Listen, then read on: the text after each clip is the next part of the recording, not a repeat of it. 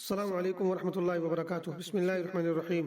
امام بخاری research academy علی گڑھ سے شائع ہونے والے ہفتہ روزہ الجمعہ میگزین 4 اپریل 2025 مطابق 5 شوال المکرم 1446 ہجری کے مضامین کی آڈیو ریکارڈنگ پیش خدمت ہے۔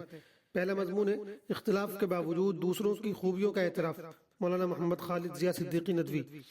کسی کی خوبیوں اور اچھائیوں کا اعتراف نہ کرنا شیطان کی عادت ہے۔ یہی وجہ ہے کہ جب ابلیس کو اللہ تبارک و تعالی نے حضرت آدم علیہ السلام کے سامنے سجدہ کرنے کا حکم دیا تو اس نے یہ کہہ کر سجدہ کرنے سے انکار کر دیا کہ میں اس سے بہتر ہوں، جبکہ دوسروں کی خوبیوں کا اعتراف کرنا انبیاء علیہ السلام کی خصوصیات میں سے۔ قرآن میں ہے کہ جب حضرت موسیٰ علیہ السلام نے اللہ تبارک و تعالی سے اپنے بھائی حضرت ہارون کو اپنا مددگار بنانے کی درخواست کی تو یوں کہا، میرے بھائی ہارون کی زبان مجھ سے زیادہ صاف ہے۔ سورہ قصص آیت نمبر 34۔ جناب رسول اللہ صلی اللہ علیہ وسلم کی سیرت میں بھی یہ صفت بہت نمایاں نظر آتی ہے۔ آپ اپنے صحابہ اور رفیقوں کی خوبیوں کا کھلے دل سے اعتراف کرتے تھے، ان کے بارے میں اچھے کلمات فرماتے تھے۔ ایک حدیث میں چند صحابہ کے الگ الگ امتیازات پر روشنی ڈالتے ہوئے آپ نے فرمایا، میری امت میں سب سے زیادہ میری امت پر رحم کرنے والے ابو بکر ہیں، اللہ کے دین کے معاملے میں سب سے زیادہ سخت عمر ہے، سب سے زیادہ حیا رکھنے والے عثمان ہیں، فیصلے کی سب سے اچھی صلاحیت علی کے اندر ہے، سب سے اچھے قاری ابی بن کعب ہیں، حلال و حرام کے سب سے زیادہ جانکار معاذ بن جبل ہیں، میراث کے مسائل سے سب سے زیادہ واقف زید بن ثابت ہیں۔ سنو، ہر امت کا ایک امین ہوا کرتا ہے اور اس امت کے امین ابو عبیدہ بن جراح ہیں۔ ابن ماجہ حدیث نمبر 154۔ اس کے برعکس آج ہم اپنا جائزہ لیتے ہیں تو نظر آتا ہے کہ ہم دوسروں کی خوبیوں کا اعتراف بہت ہی کم کرتے ہیں، اور اگر ہمارا کسی سے اختلاف ہو جائے تو ہم اس کی خوبیوں کو نظر انداز کر دیتے ہیں، پھر اس کی غیبت کرنا، اس کے بارے میں منفی تبصرہ کرنا ہمارا محبوب مشغلہ بن جاتا ہے۔ یہ رویہ اچھا نہیں ہے۔ آپسی اختلاف یا دشمنی کی وجہ سے کسی کی اچھائیوں اور خوبیوں سے آنکھیں موند لینا درست نہیں ہے۔ انصاف کا تقاضا یہ ہے کہ اختلاف کے باوجود اس کی اچھائیوں کا ہم اعتراف کریں۔ یہی قرآن مجید کی تعلیم ہے اور یہی انسانیت کا تقاضا ہے۔ اللہ تعالیٰ نے سورہ مائدہ آیت نمبر 8 میں فرمایا ہے، کسی قوم کی دشمنی تمہیں اس بات پر آمادہ نہ کرے کہ تم ناانصافی کرو، انصاف سے کام لیا کرو، یہی طریقہ تقوی سے زیادہ قریب ہے۔ اختلاف کو اگر ہم صرف اختلاف کی حد تک رکھیں اور اپنے اسے مخالفت اور دشمنی کا روپ نہ دیں تو پھر کسی کی اچھائیوں کے اعتراف میں ہمارا دل تنگ نہیں ہوگا۔ لیکن ہمارے سماج میں عام طور سے ہوتا ہی ہے کہ جہاں کسی سے ہمارا اختلاف ہوا فوراً ہم اس کے پیچھے پڑ جاتے ہیں، اس پر کیچڑ اچھالتے ہیں اور اس کی کمزوریوں اور خامیوں کی تلاش میں مصروف ہو جاتے ہیں۔ اس کی اچھائیوں پر خود بھی پردہ ڈالتے ہیں اور دوسروں سے بھی پردہ ڈلوانے کی کوشش کرتے ہیں، بلکہ ہماری کوشش یہ ہوتی ہے کہ کسی طرح اس کی شخصیت کے بارے میں اچھا تاثر قائم نہ ہو پائے۔ یہ ہماری اخلاقی پستی کی انتہا ہے۔ یاد رکھیے، کسی کی خوبیوں کا اعتراف نہ کرنا تنگ دلی کی علامت ہے، جبکہ کسی کی اچھائیوں کا اعتراف کرنا، اس کی خوشی دیکھ کر خوش ہونا دل کے بڑے ہونے کی نشانی ہے۔ اور اللہ تبارک و تعالیٰ کو ایسا شخص پسند نہیں ہے جو کنجوس اور بخیل ہو، بلکہ اسے ایسا شخص پسند ہے جو سخی اور بڑے دل والا ہو۔ اس لیے ہمیں اچھا انسان بن کر دوسروں کی خوبیوں کا اعتراف کرنا چاہیے، چاہے وہ ہمارے دشمن ہی کیوں نہ ہوں۔ دوسرا مضمون ہے سماجیات، صلہ رحمی، مولانا ابو طلحہ بنارسی ندوی۔ صلہ رحمی نام ہے رشتہ داری کو جوڑے رکھنے کا، اور ہماری زندگی کی خوبصورتی انہی رشتوں کی بدولت اور ایک دوسرے کی بات برداشت کرنے سے ہی ہوا کرتی ہے۔ ہر رشتہ توجہ، عزت، محبت اور درگزر کا محتاج ہوا کرتا ہے۔ اکثر یہ دیکھا جاتا ہے کہ چھوٹی چھوٹی باتیں رشتوں کو سرے سے ہی ختم کر دیتی ہیں۔ ذرا سی بات کو رائی کا پہاڑ بنا دیا جاتا ہے۔ معمولی باتیں رشتوں میں ایسے دراڑ پیدا کر دیتی ہیں کہ لاکھ صفائیوں اور وضاحتوں کے باوجود وہ خوبصورت رشتے بچ نہیں پاتے۔ حالانکہ رشتوں کو نبھانا واجب اور ان کو توڑنا حرام ہے، کیونکہ رشتوں کا تعلق عرش الہی سے ہے۔ ایک حدیث میں صلہ رحمی عرش کے ساتھ معلق ہے، یعنی لٹکی ہوئی ہے۔ وہ کہتی رہتی ہے کہ جو مجھے جوڑے اللہ پاک اسے جوڑے، جو مجھے توڑے اللہ پاک اسے توڑ دے۔ مسلم شریف حدیث نمبر 2555۔ صلہ رحمی کے آخرت کے ساتھ ساتھ دنیا میں بھی بہت سے فائدے ہیں، جیسے ایک حدیث میں اللہ کے پیارے نبی حضرت محمد مصطفیٰ صلی اللہ علیہ وسلم نے ارشاد فرمایا، جسے یہ بات اچھی لگے کہ اس کی عمر میں اضافہ اور رزق میں کشادگی ہو اور بری موت سے اس کی حفاظت ہو تو وہ اللہ سے ڈرے اور صلہ رحمی کرے۔ مسند احمد حدیث نمبر 1213۔ آپ کی ایک دوسری حدیث ہے، بندے کے اعمال ہر جمعرات کو اللہ پاک کے پاس پیش کیے جاتے ہیں اور ان میں ایسے لوگوں کے اعمال قبول نہیں ہوتے جو رشتہ داروں سے قطع تعلق کیے ہوئے ہوتے ہیں۔ مسند احمد حدیث نمبر 10221۔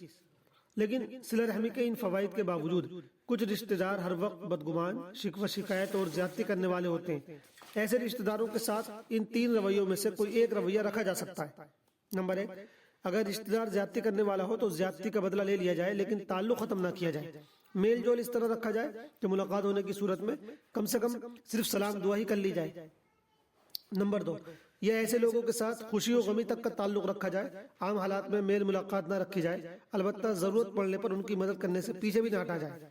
نمبر 3، ایسوں کی زیادتیوں کو نظر انداز کر دیا جائے اور ان کے ساتھ پہلے جیسا حسن سلوک اور مہربانی کا معاملہ کیا جاتا رہے۔ پہلے رویے میں انسان گناہگار نہ ہوگا، دوسرے رویے میں نیکی کا موقع بھی ملتا رہے گا، اور تیسرے رویے میں احسان ہے جس کی بڑی فضیلت آئی ہے اور یہی اصل مطلوب ہے۔ لیکن ساتھ ہی یہ بھی یاد رہے کہ کسی کی بدتمیزی اور بد اخلاقی کو بڑھاوا دینے سے اسلام نے منع کیا ہے، اس لیے دل سے تو نہیں مگر ظاہری طور پر ایسے لوگوں کو یہ احساس دلانا بہت ضروری ہے کہ جیسا وہ سوچتے اور ریئیکٹ کرتے ہیں یہ ضروری نہیں ہے کہ وہی صحیح ہو اور سامنے والا ہمیشہ غلط ہو، بلکہ انہیں سمجھنا چاہیے کہ ممکن ہے وہی غلط ہو۔ اگلا مضمون ہے دوسروں کی دعائیں حاصل کریں۔ محمد فرید حبیب ندوی۔ انسان کی زندگی پر دعاؤں کا بڑا اثر ہوتا ہے۔ جس طرح انسان کی اپنے لیے کی گئی دعا مؤثر ہوتی ہے، اسی طرح اگر اسے دوسروں کی دعائیں مل جائیں تو ان کا بھی بڑا اثر ہوتا ہے۔ بہت سے ناکارہ لوگ دوسروں کی دعاؤں کی بدولت کامیاب ہو جاتے ہیں، بہت سے بیمار اور پریشان حال لوگ کسی کی دعا سے تندرست اور اچھے حال والے ہو جاتے ہیں۔ اس لیے ہمیشہ ایسے کام کیجیے جن سے خوش ہو کر دوسرے لوگ دل کی گہرائی سے آپ کے لیے کامیابی اور ترقی کی دعا کریں۔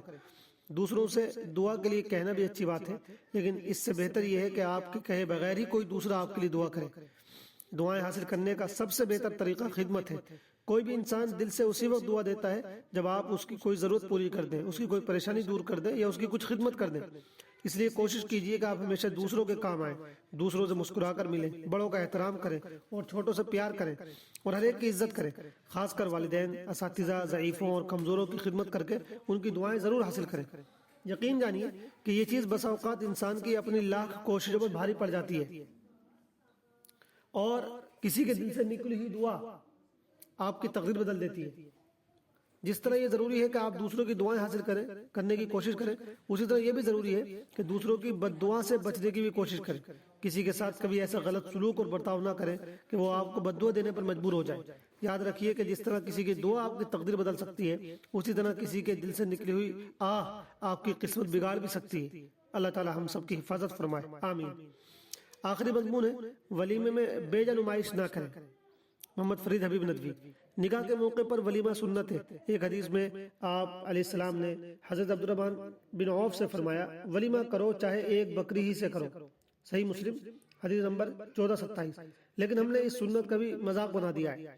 ولیمے کے سنت ہونے کا مطلب صرف یہ ہے کہ لوگ اپنی حیثیت اور گنجائش کے مطابق دعوت کر دیں، حتیٰ کہ یہ بھی ضروری نہیں کہ اس موقع پر گوشت اور بریانی کا ہی نظم کیا جائے۔ ولیمہ گوشت کے بغیر بھی ہو سکتا ہے، البتہ اگر گنجائش ہے تو مناسب حد تک اچھی دعوت کا اہتمام کرنا چاہیے۔